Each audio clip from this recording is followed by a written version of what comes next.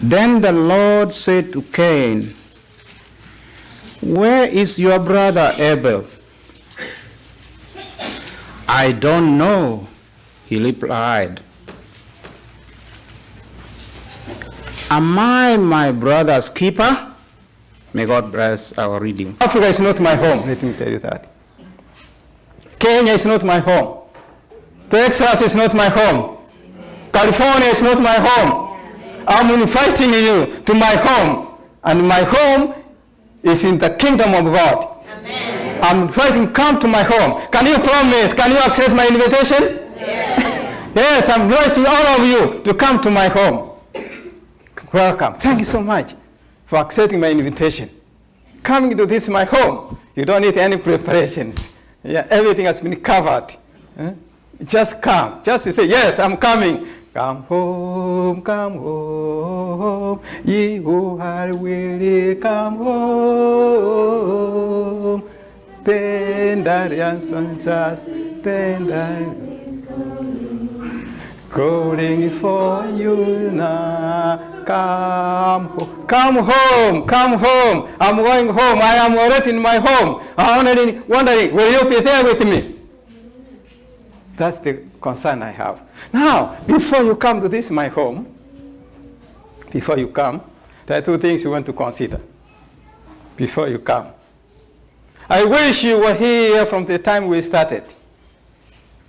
There are two things, in fact, two questions you need to answer. And you must answer them honestly. You must know what you are answering these two questions. The question we had, the first question you need to consider is the question we asked from Thursday when we came yesterday. This question is found in the book of Genesis, chapter 3, verse 9. Genesis chapter 3, verse 9, there is a question, and we must answer this question.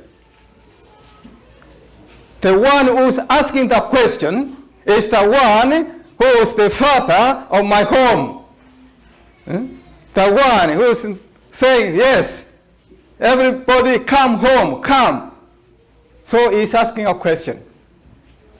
The question is, where are you?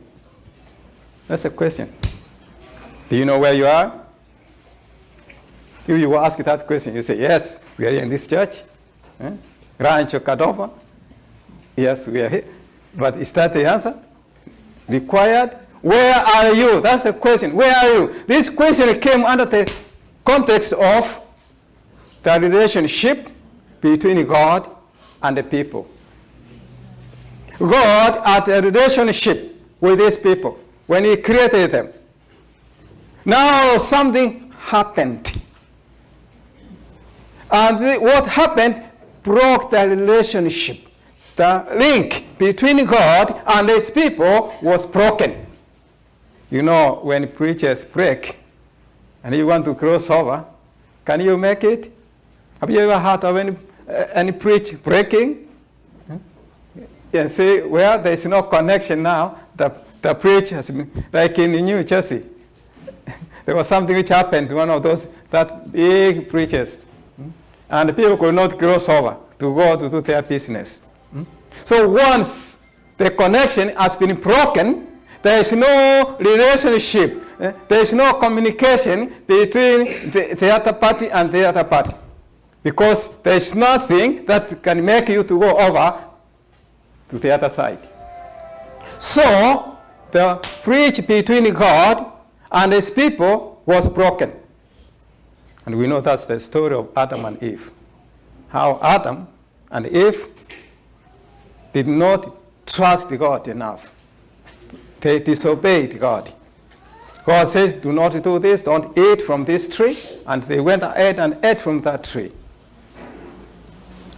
So when God is coming just to talk with his people, he has come down, he's talking with his people, and he found his people are nowhere. But God knew where they were. Then God is asking, Adam, where are you? What was the response from Adam? Adam is saying, we read Genesis chapter 3, verse 9 and on, Adam is saying, you know, we ran away. We heard your voice, and we ran away. Why? I've been coming and talking with you. What has happened now? Why are you not here? He says, well, we have discovered strange things. One of the things we have discovered, shame. When I look at my husband, I don't want to see him naked. When I look at my wife, the one I say, this now fresh on my flesh, bone on my bone. Oh,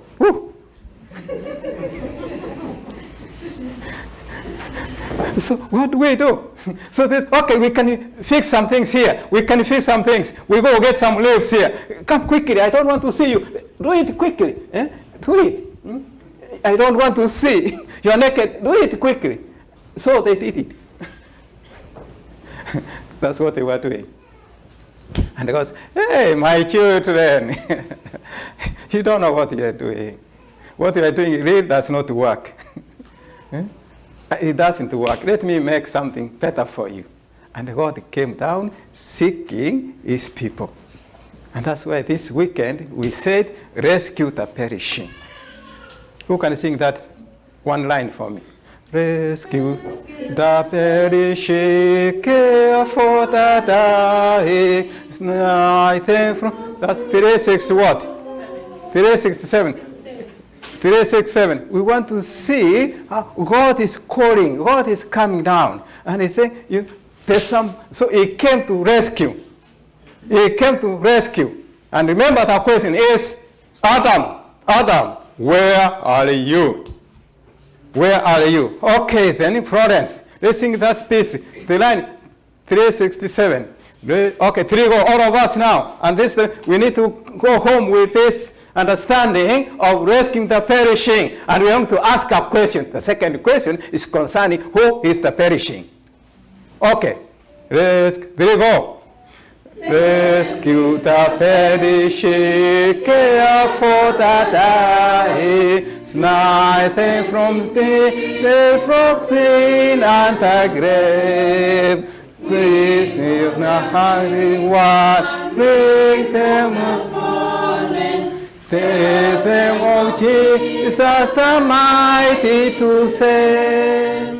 Rescue the perishing, care for the dying. Jesus is merciful. Oh, Jesus will save. So God is saying, hey, Adam, you are lost.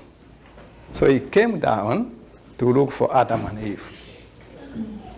And so God came to connect that relationship which was broken. He came down. That's the question. Now, if God comes and asks you and me, where are you? So he's not asking of the physical location.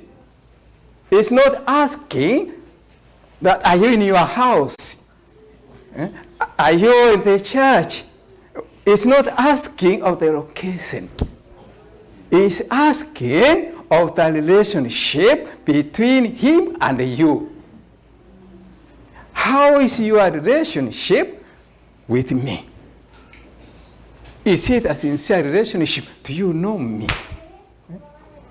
So that's what God is asking us today.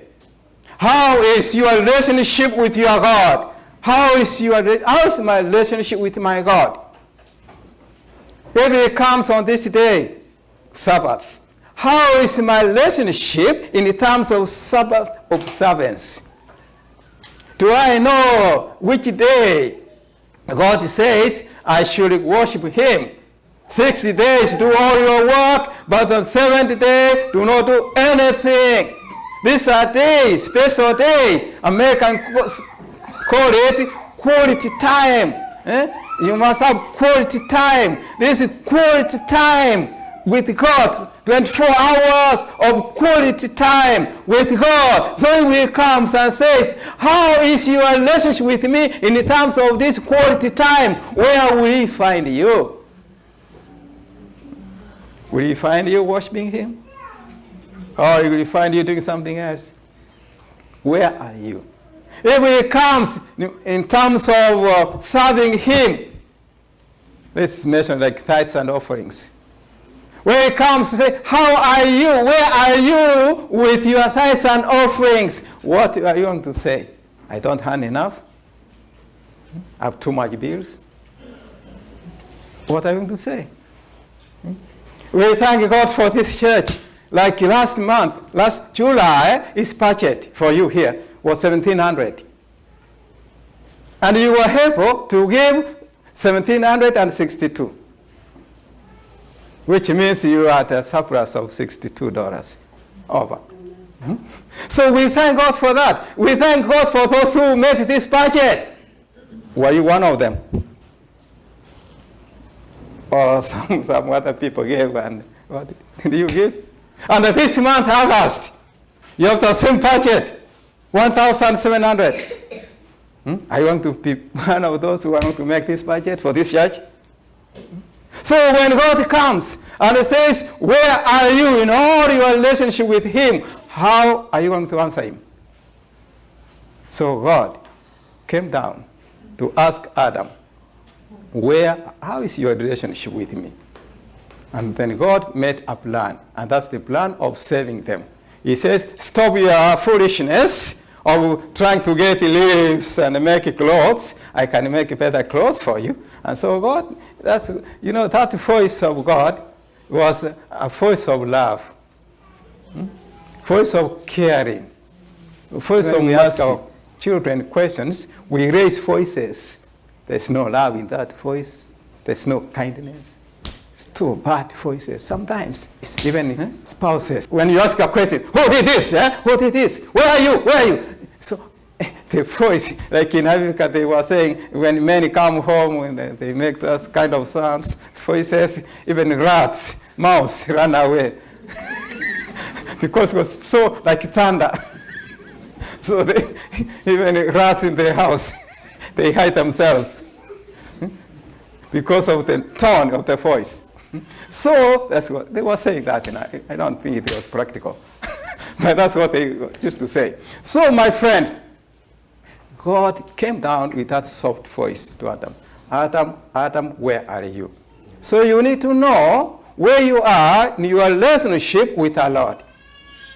Before you come to his home, which is my home, because I've decided to go home. I have decided to follow Jesus. I have decided to follow Jesus. I have decided to follow Jesus. No, darling, no. Oh, no. And it says, though no one joins me, still I do what? I follow. Though no one joins me, still I will follow. Is that your decision? Is that your decision? So consider that question, my friends. Your relationship with our Lord in all aspects of your life, in all 7 days, and especially on this day of the seventh day, the Sabbath day. Where are you? So consider that question before we come to our home. As I already said, we come to our home. Now, the second question we want to consider before we go to our home comes from the book of Genesis, chapter 4, verse 9. And in fact, that's the second question in the Bible. The first question was, where are you? That's you. Where are you? First person. Where are you? That's the first question in the Bible. And that's the first question God asked. And God is asking a second question. The second question comes from the book I have said, Genesis chapter 4, verses 9. It's also verse 9. I wonder how it came 9. Chapter 3, 9, and this one, chapter 4, 9. This is the second question. Now, then the Lord God said to Cain, where is your brother Abel? Then God has come, he says, where is your brother Abel? That's the question. Where is your brother Abel? Now, God's not asking now where Cain was. Now he's asking of another person, where is your brother Abel? That's the question. The way Cain responded, Cain is saying, he said to say, I don't know. Have you ever asked a child of something and they say, I don't know? Even if they know, then they say, I don't know. Have you ever been asked a question? When you have an answer, you know it, and you say you don't know? Even you adults. I will come to that situation. Sometimes you know something. For some reasons, maybe fear of punishment, I don't know. You say, I don't know. Cain knew where his brother was. But he's saying what? I don't know. Where was his brother Abel? You know that story. Where was he? Yeah, where he was dead, he may be covered. He's not there. He's there. But he knew because he's the one who killed his brother. He knew. But he said, I don't know. So what's the problem here now? It is because now Cain has no relationship with this voice God. That's why he thinks this God does not know what has just happened. So he's saying, I don't know. If Cain had a good relationship with God, he would have not answered, I don't know. In fact, he would have even said, oh God, I'm sorry I have killed my brother. He would have even said that. But he's saying, I don't know. So did he really know that God knew? I don't. You see, sometimes we think God does not know all of what we do. Sometimes we come to church, we say we are good. Like on Sabbath day, we dress good. I don't put tie and all this every day. But today, how do I look like? I look good, I think. Yeah, I look nice. So on the Sabbath, that's how we dress good. Yeah, we kind of behave good. When you come and say, Happy Sabbath, welcome, Happy Sabbath. But wait for after this day was. When you meet people out there, how do you smile at them? When people pass by your place, how do you receive them? Do you say, thank you for seeing you? Thank you for, I'm happy to see you. Do you say, I'm happy to see you to a stranger? Somebody you don't see on the streets here. Do you say, I'm happy to meet you? Why? Are you not happy to meet people? Or you want to meet people you know? Or you want to meet people, your family. Then you say, I'm happy. Because I know if you meet a person from your family or a person you know, you cannot pass by. You have to say, thank you, I've seen you. How are you? How is home? How's the family? I think you will say something. But when you meet someone else out here, you say, I don't know you. Don't you think that's what Cain did? I don't know. And then he asked the question to God. If you read it first, he asked the question to God. You think I take care of this boy? God, you think I take care of Abel? And he's saying, it is as if we say, is he so young that I have to take care of him? Does he need really a babysitter? As old as he is. God, why are you asking me about him? That's why he says, am I the keeper of who? Yeah, am I the keeper? Am I the one to watch over him? So God, that's up to you. Know about it. Not me. You leave me alone. Go find about him. So my friends, God is asking this question. Where is your brother? That's the question God's asking you. Where is your brother? And so why God is asking this question, He wants to see how is your relationship with other people. The people you know and the people you don't know. How is your relationship? Remember, rescuing the perishing. Rescuing the perishing. The perishing are the people who do not know the God you know. That's my definition of the perishing. The person who does not know what you believe. That's the one I call perishing. I'm not saying that all will perish, those who are in other churches, I'm not saying that. I'm not making any judgment. I'm not judgmental.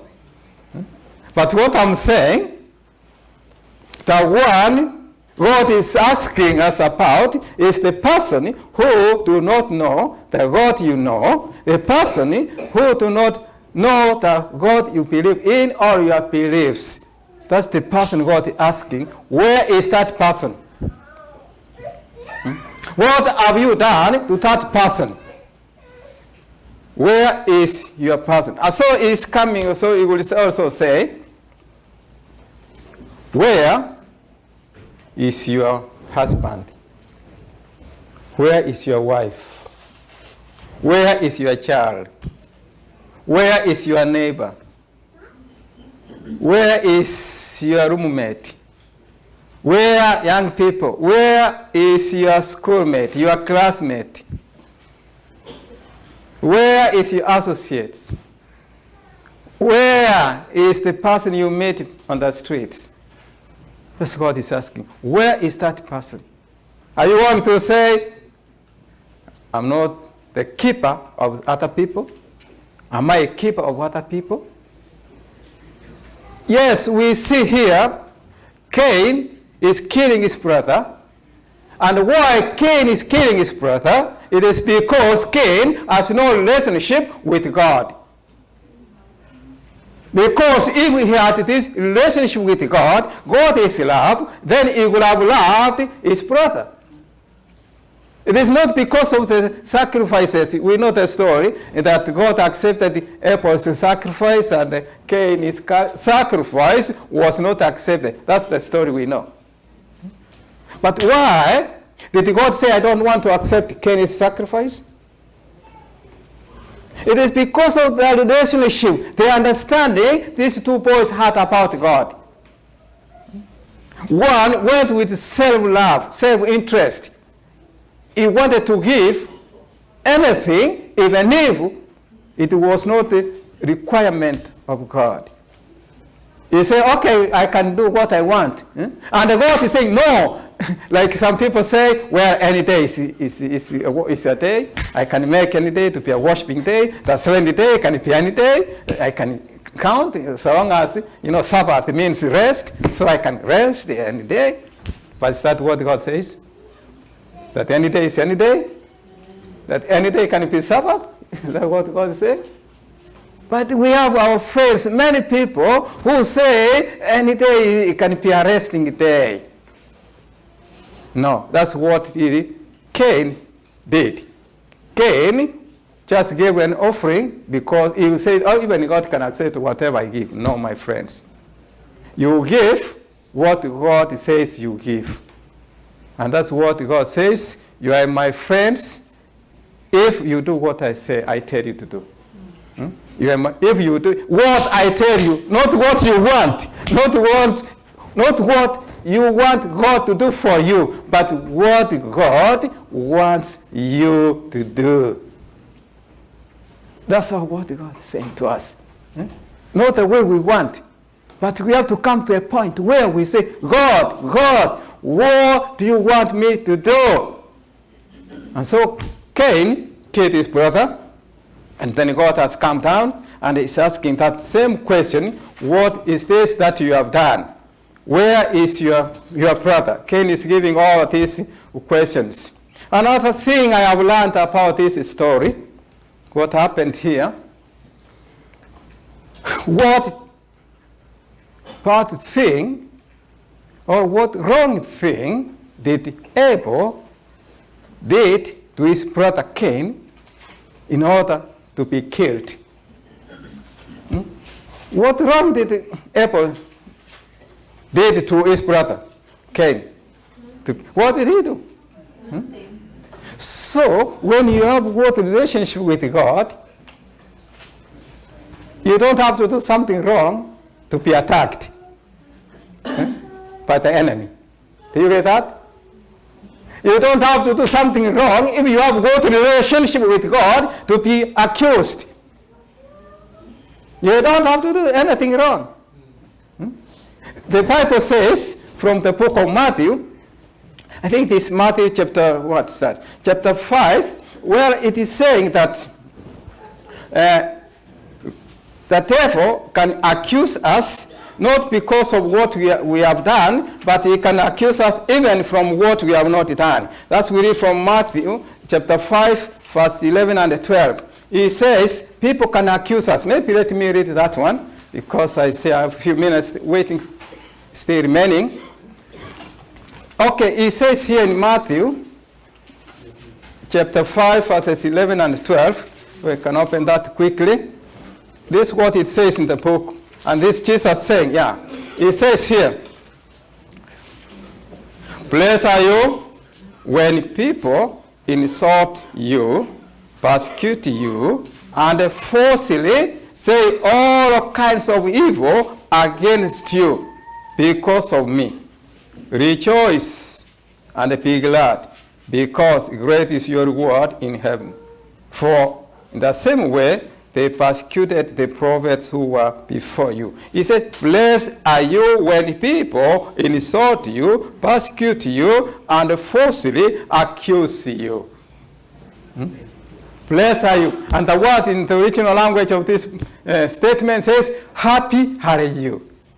Happy are you when people insult you, accuse you falsely. Happy are you. And sometimes when people speak ill of us, we change our faces, so and so is speaking. Why? Is they accusing me falsely? And we don't show any happy faces. And you say you have a relationship with God. But when someone says something against you falsely, and you change your face. And the Bible is saying, happy are you when people speak all these false things against you, because you have a relationship with God, and they do not have the relationship with God, the relationship you have. That makes a difference. And so we should be happy. And the one has said, persecution is the wages of a Christian. Persecution is your wage, is your salary. That's your paycheck. Yeah. Weekly paycheck. Daily paycheck. For a Christian. Because everywhere people speak against us. People can do anything against us. Even the enemy is after us. He wants to kill us. He wants to cause division even in the church, even among church officers, even among pastors. He wants to bring this chaos. He wants to see that people speak against one another. He wants to see them fighting. You remember, he is the accuser of the brethren. But when these things happen, Jesus is telling us, be annoyed. He says, be what? Rejoice. Yeah, be happy. Because if they were of the world, if you were of the world, they would have loved its own. But now you are not of the world, they cannot love you. You don't belong to them. So be happy. And from the book of Peter, you go read it at home. 1 Peter chapter 4, verse 14 and 16. 1 Peter chapter 4, verses 14 to 16. Go and read it. So it says that if you are accused of doing right things, then that's okay with you. But if you are accused of doing wrong things, then that's no good. So it is okay for the children of God to know that Satan is against us. So God is asking us, the second question I would say, where is your brother? Where is your family? Where is your neighbor? Where is the stranger? The stranger, the person you don't know on the street. Where is that person? God is asking you. And remember, God is saying in the book of Matthew, you see, God is saying, verse 20, chapter 25 says that I was naked, you did something for me. I was a stranger, you did what? You took me in. I was hungry, you give me some food. And a stranger. Somebody you do not know. And this is what God says, how is the stranger in your neighborhood? The one, in this society, people care of themselves. They don't have a sense of belonging. You know that? My only thing, you see somebody, you might be in the same complex, apartments, here is a door, and there's no much distance really, a few feet, maybe 2 feet, but you don't know the name of the person living next to you. That's the setting of this society, you know that. You don't know each other. But God is saying, that's the stranger. Now, did you welcome that stranger? Do you tell your neighbor where you are going? Does your neighbor really know who you are? So God is asking us this morning, where are the people you know? Where are they? So before you join me in this home, I have already invited you and you accepted to come to my home. God is asking 2 questions.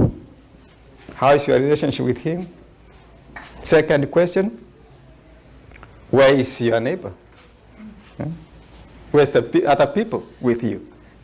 So this afternoon, I'm inviting all of you to come to see how we can really qualify to minister to these other people. We want to answer how, where are our neighbors? We want to see how. You see, unless you know your relationship with the Lord, in other words, unless you know where you are, unless you know your place, you cannot invite somebody to come to a place which you do not know yourself. So you must know where you are, then you invite people to come there. So this afternoon, come. We want to know how we can invite people to come seeking the lost. God came down seeking the lost. So as I close this hour, you accepted the first invitation to join me in my home. Now, another invitation I want to make to all of us is that if you know where you are, we want to thank God. In other words, if you know that your relationship with him is good, if you know, we thank God for that. And if you do not know your relationship, if somehow, for some reason, your relationship has been broken with God, God is saying he's ready to fix that broken link. He can fix it. And God, when God fixes the link, he really fixes it. It cannot be broken again. When God comes to fix it, he really does it well, permanently. He fixes that link. So if you think your link has been broken somehow, we want to have a special prayer for you. If you are not sure your link is solid or not, still want to pray for you. And if you don't know where you are in terms of Sabbath worship, we want to pray for you also. And some have not been members of this church, and other churches are Seventh-day Adventist churches. Some of us, we have been in the church for some time, but we have never decided to make a decision to belong, to become a member of our particular churches. Some will have been in the church for some time. And I think there are some of us here who come, but they have never been baptized. That's my thinking. I wish all of you are baptized and members of, this church or SDA church around. I think there are some people who are here listening. They come and they go. But they have never made any commitment for that. There are some who are in baptismal class in this church. you need to join that group. If you have not joined that group for baptism, I'm calling you to join the baptism class today. Now, I want to call you. And if you don't know where your membership is, still we want you to come so that we find out where your membership is. You can get it, either get it by transfer or by profession of faith. There are many ways we get membership in. So if you are not sure, we can find it, not you looking for it, but we do it for you. And we know how to do it. And so my friends, now I'm making this course here. God is calling you. Where are you? How is your relationship with him in terms of what I've said? Now I want to make the first call for those who are in baptismal class, those who are preparing for baptism. Can you raise your hand? Thank you. Those who are preparing for baptism, thank you. I see some hands. Thanks so much. Thanks so much. Hey, join them. Join them. Put up your hand. If you desire baptism today, if you desire, you make a decision that sometime in the near future you will be baptized. I see those hands. I thank God on your behalf. And thank you for joining me. You know, I was baptized a long time ago. Well, my long time ago is not as long as your time, but I was baptized some time ago. And since then, I decided I will be in the church, in the church every Sabbath. For over maybe, if I say 40 years, you might guess my age. I don't want to say that. But for about 40 years now, or even more, I have missed a few Sabbaths to be in church. I can count them. They cannot be more than 10. Even 5, they can't make 5. For all these 40 years, every Sabbath, I find myself in the church. You know, preaching, listening to somebody preaching. So I'm inviting you. Thanks for joining me. So for those who plan for baptism, please, I saw your hands. I want you to come and we pray together. Just come. Whom should you fear? They have not, you know, these are not gods. It is God who cares for you. Thanks so much. Thanks so much. Yeah, come. Okay, come. Hey, Elena. Come, we want to pray. Elders, come. We want to pray, special prayer. Come, and you know the names of my friends here. Okay, anyone who wants to join baptism, it is your time now. Where are you? God is asking a question. Where are you in terms of baptism? Where are you?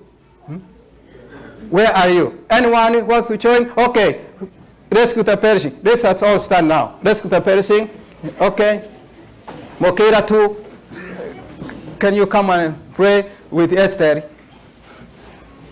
Okay, let's go. Okay, thanks so much for coming. Thanks so much. You come, yes. Come, make a decision. Come, all of you. If you have not been baptized, please come. And if you were baptized one time and somehow you backslid, somehow you come also.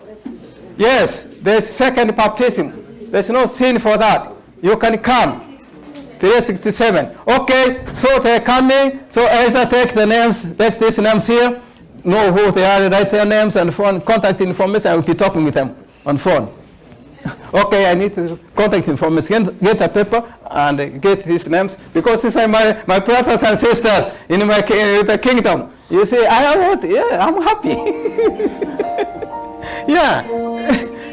Okay, and if you want any membership transfer, come. If your relationship with someone has been broken, come. We want to have one special prayer for you. If at all you have a question in your relationship with God, it is time to come now. Come now. Come forward. Before the song ends, please come. Then we pray and we go.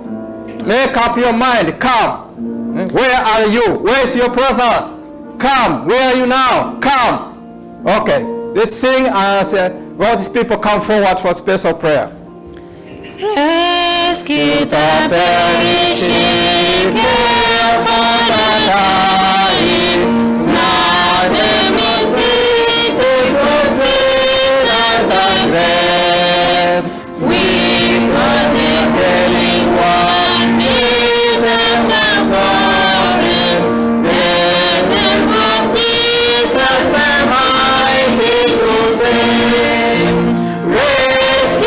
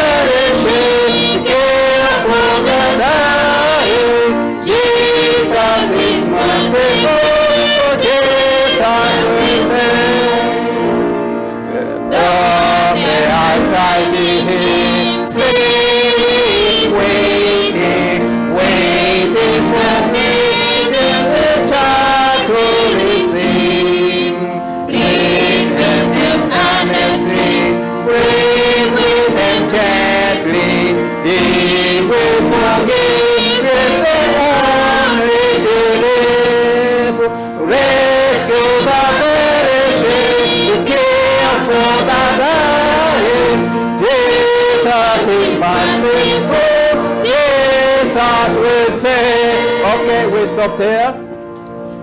Okay, we want to have a special prayer this hour. Let's bow our heads. Yes, God, we thank you for the voice of love, the voice of mercy, the voice of grace. We thank you, God. You have come down to find where we are, and you have found us, God. And we thank you that we have responded. We have answered the question. Yes, here, God, we are here. Now, fix the broken link, that all may go well. In a special way, God, we pray for these individuals who have decided to join you through the waters of baptism, as Jesus came and was baptized, showing the example that whoever comes to you, go out, preach the gospel, and whoever accepts and believes and is baptized will be saved. We thank you for these ones who have come to you. And if there is one, God, who has not made a decision yet, there's more time. There's time still. This individual, we pray, if there's one in the congregation, that he may come, she may come during this day and say, yes, I've joined others as well. And if there's others, somehow, that they have broken the relationship with you, we pray that God fix them, fix the link. Speak to them, God, that they may come to you before time closes up. We thank you, God. We pray for this church, the leadership, that you care, you lead them, God, that many who come to this gate, who enter this sanctuary, each one, all of us today, and many who will be coming to be saved in your kingdom. We pray for the pastor and his staff and all who support him. We thank you, God. Be with us now this day, and go with us as we break for lunch. And we come back, God, to see how you can use us to go out and answer the question, yes, here is my brother. Yes, here is my family. Yes, here is my associate. Yes, here is my schoolmate. Yes, here we are. Bring us safely this afternoon and always. And at the end, God, if we may not all of us meet together on this earth, we meet together in your kingdom. And thank you because we have all accepted to come to your kingdom. As we retire for lunch, and as we come back, is our prayer in Jesus' name. Amen. Thank you. Thank you so much. Hey, thank you, Kenneth.